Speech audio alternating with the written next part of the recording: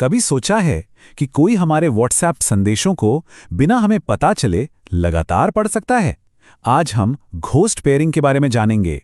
ये एक नया और बड़ा ही चालाक हमला है जो हमारी सबसे निजी बातचीत को खतरे में डाल सकता है।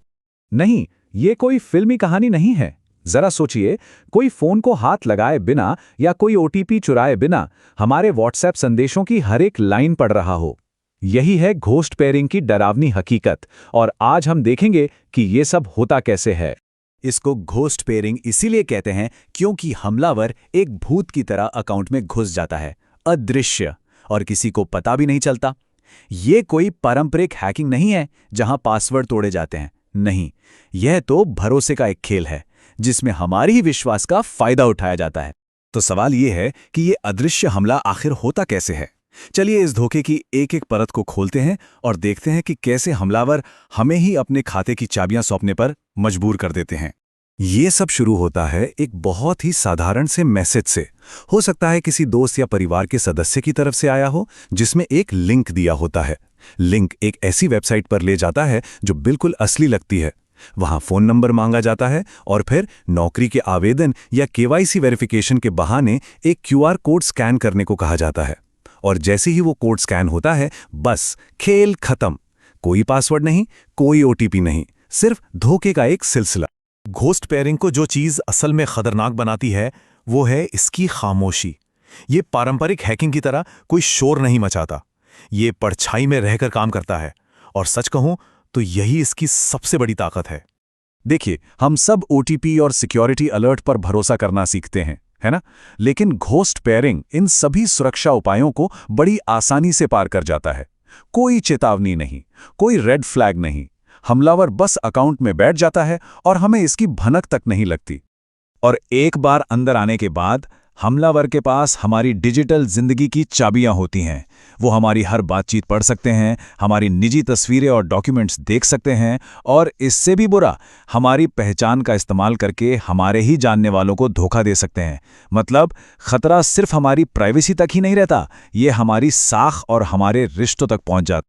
हाँ, ये सब सुनने में थोड़ा निराशाजनक लग सकता है, लेकिन अच्छी खबर यह है कि हम खुद को बचा सकते हैं। आइए अब उन सरल लेकिन असरदार तरीकों पर ध्यान दें जिनसे व्हाट्सएप अकाउंट को एक किले की तरह मजबूत बनाया जा सकता है।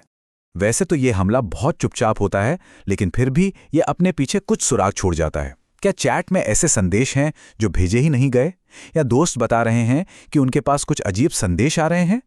ये सब रेड फ्लैग्स हैं। इन संकेतों को कभी भी नज़रअंदाज नहीं करना चाहिए, क्योंकि ये किसी घुसपैठिए का पहला संकेत हो सकते हैं। देखिए, सबसे अच्छा बचाव तो सावधानी ही है। किसी भी अनजाने लिंक पर क्लिक करने से पहले हमेशा थोड़ा शक करें, भले ही वो किसी भरोसेमंद कॉन्टैक्ट से ही क्यों ना आया हो। एक आदत बना लें कि व्हाट्सएप सेटिंग्स में लिंक्ड डिवाइसेस को नियमित रूप से चेक करना है, और हाँ, एक्स्ट्रा सेफ्टी के लिए 2 स्टेप वेरिफिकेशन जरूर चालू करें। ये छोटी छोटी आदतें एक बहुत बड़े सिरदर्द से बचा सकती हैं। और अगर कभी ऐसा लगे कि अकाउंट पहले ही हैक हो चुका है, तो घबराना नहीं है। शांत रहकर तुरंत एक्शन लेना है। जितनी जल्दी काम करेंगे, नुकसान उतना ही कम होगा। यहां एक एक पल बहुत कीमती है।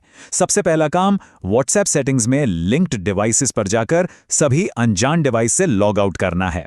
फिर अपना 2 स्टेप वेरिफिकेशन पिन बदलें। इसके बाद अपने दोस्तों और परिवार को तुरंत बताएं कि अकाउंट से आने वाले किसी भी अजीब मैसेज को नजरअंदाज करें। और आखिर में इस घटना की सूचना अधिकारियों और व्हाट्सएप को जरूर दें। ये जानकारी संभाल कर रखनी चाहिए। 1930 ये राष्ट्रीय साइबर अपराध रिपोर्टिंग हेल्पलाइन है, या फिर www.cybercrime.gov.in पर भी ऑनलाइन रिपोर्ट कर सकते हैं। रिपोर्ट करने से न सिर्फ अपनी मदद होती है, बल्कि इन अपराधियों को पकड़ने में अधिकारियों की भी मदद होती है। अंत में ये याद रखना बहुत जरूरी है कि घोस्ट पेयरिंग तकनीक से कहीं ज्यादा मनोविज्ञान का खेल है। हमलावर सॉफ्टवेयर की कमजोरियों का नहीं, बल्कि इंसानी भरोसे का फायदा उठाते हैं। वो जानते हैं कि सबसे कमजोर कड़ी अक्सर तकनीक नहीं, बल्कि इंसान होता है। तो हम इसी सवाल के साथ आज की बात खत्म करते हैं। क्या इस डिजिटल युग में हमारा भरोसा ही हमारी सबसे बड़ी कमजोरी बन गया है? इस पर सोचिएगा जरूर। सतर्क रहिए, संदेह कीजिए, और याद रखिए, सूचित रहना ही सुरक्षित रहने की दिशा में पहला कदम है।